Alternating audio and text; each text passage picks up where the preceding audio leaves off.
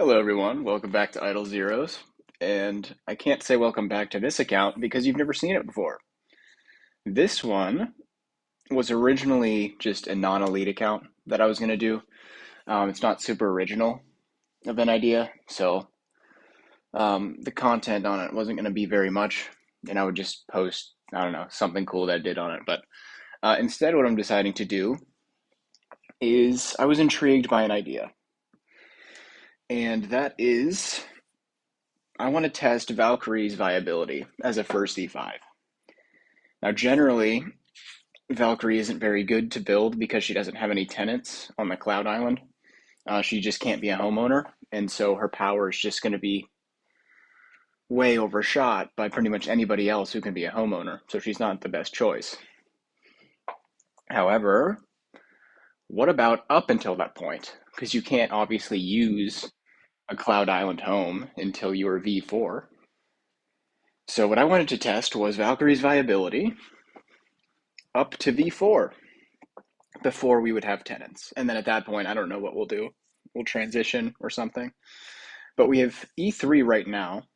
We want to get to E5, obviously. We have a terrible roll on her, but we'll improve that. Valkyrie copies aren't super rare, so we'll have plenty of opportunities to awaken. We're stuck getting a 7-star quest. We'll just have to wait to get lucky on that.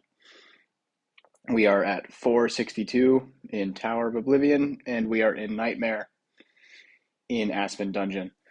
Something intriguing about Valkyrie was, and it's actually the reason I chose her, not just because she's super OP as a non-elite. I think she's by far the best non-elite in the game, even though now more heroes have been added. So we've got Heartwatcher in here, which means I can use Heartwatcher now. Sigmund's in here, which means I can use Sigmund. Valentino, which is interesting. I don't know. I might test him out at some point.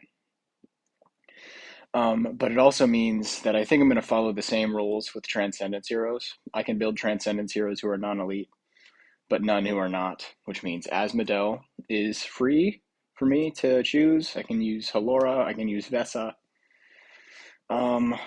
Anybody else?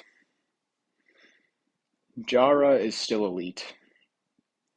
Ouch. Aspen, of course, is elite because he's an awesome hero, even though he's old. But anyway, the thing that's intriguing about Valkyrie is she does damage based on her max HP, which you probably already knew, but you can just look at her active skill. Deals damage by 18% of Valkyrie's max HP. So you want to have her built full HP. We have an HP stone. We're working on getting class and eventually resonance gear. You've got a crown, which you may think would be the best artifact, and I would agree with you until the point at which we can get a splendid one. Why do I think this? And that's because, and it's the reason why Valkyrie is intriguing to me. It's because we can come over here and we can go to the 3-star one, the splendid ones, and we can look at Gilded Purple Fan. We have the same HP buff that we get from the crown, so our damage and tank ability are going to be about the same there. 15% all damage dealt, which is of course nice. And then crit damage reduction, which is also nice. I'm not sure if Forest Sealand does damage based on crit or if it's dot. If it's crit damage, that would be awesome for us. But anyway, overclouding is the part that we care about. And it's the part that's going to be uniquely good for Valkyrie. So at the beginning of the battle or at the end of each round, if self-shield strength is 0 or lower than 30% of max HP, restores the shield strength to 30% of max HP. Bam. Are you connecting the dots yet? If not, here we have Valkyrie, who you build to have just the biggest HP pool imaginable. Unlike most carry heroes, which you will have at least partially built to be damage dealers. So with Crit Stone, you'll have on some, you just want to inflate their attack stat. But with Valkyrie, you want to inflate her HP stat.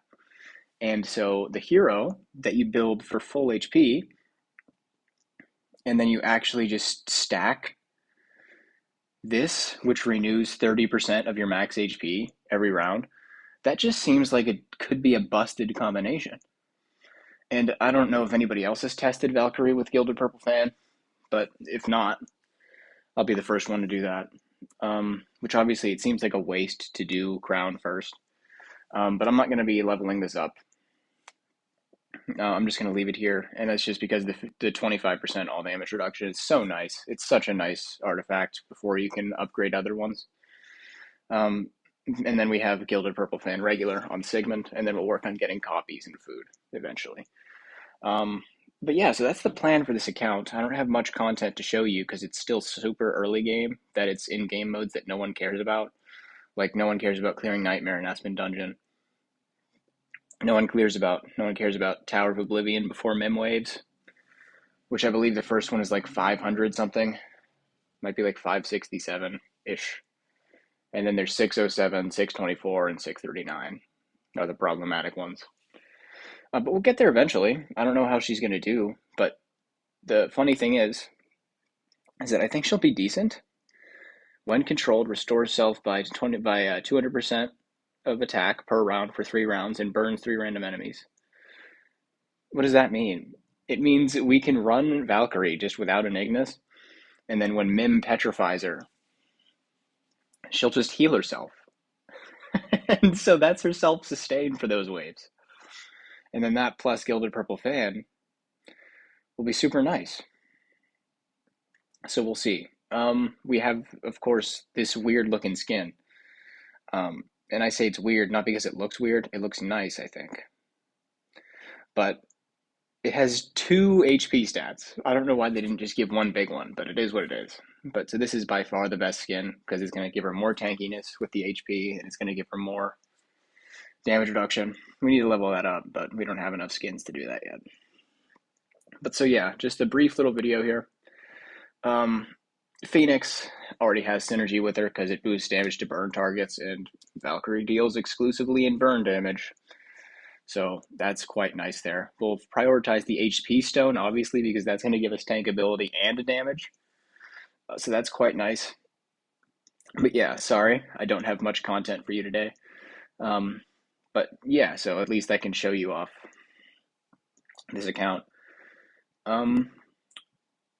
I don't know who else our other builds are going to be honest. Since I still want to stick to the whole non-elite thing, we'll build Heart Watcher to 9 or 10 star for boss damage. But that's well, Sigmund, of course, we'll have, because his armor strip would be awesome against bosses as well. And then I think that's going to be it, because all of these non-elites are useless. I don't think Kameth and Corpse Demon are elite anymore, but they're not very good. Valentino could be fun. Could be very fun. I remember back in the old days when Valentino was awesome. So he could be cool. I don't think Cruz is elite. He might be, but that'd be cool. Cthulhu is elite, unfortunately. So we can't have him detonate Valkyrie's explosions there. Yeah, that's going to be about it.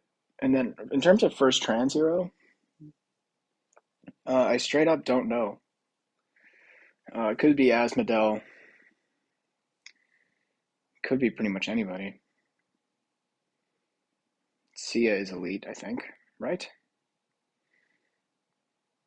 Where's my stuff? Here we go.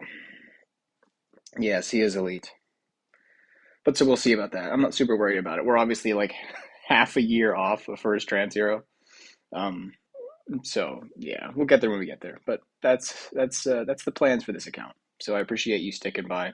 I'll probably give you another update on this one when we're in E5. See what kind of progress we can make by then. But yeah, stay tuned. I'm hoping this account will be cool. Anyways, have a good one, everyone.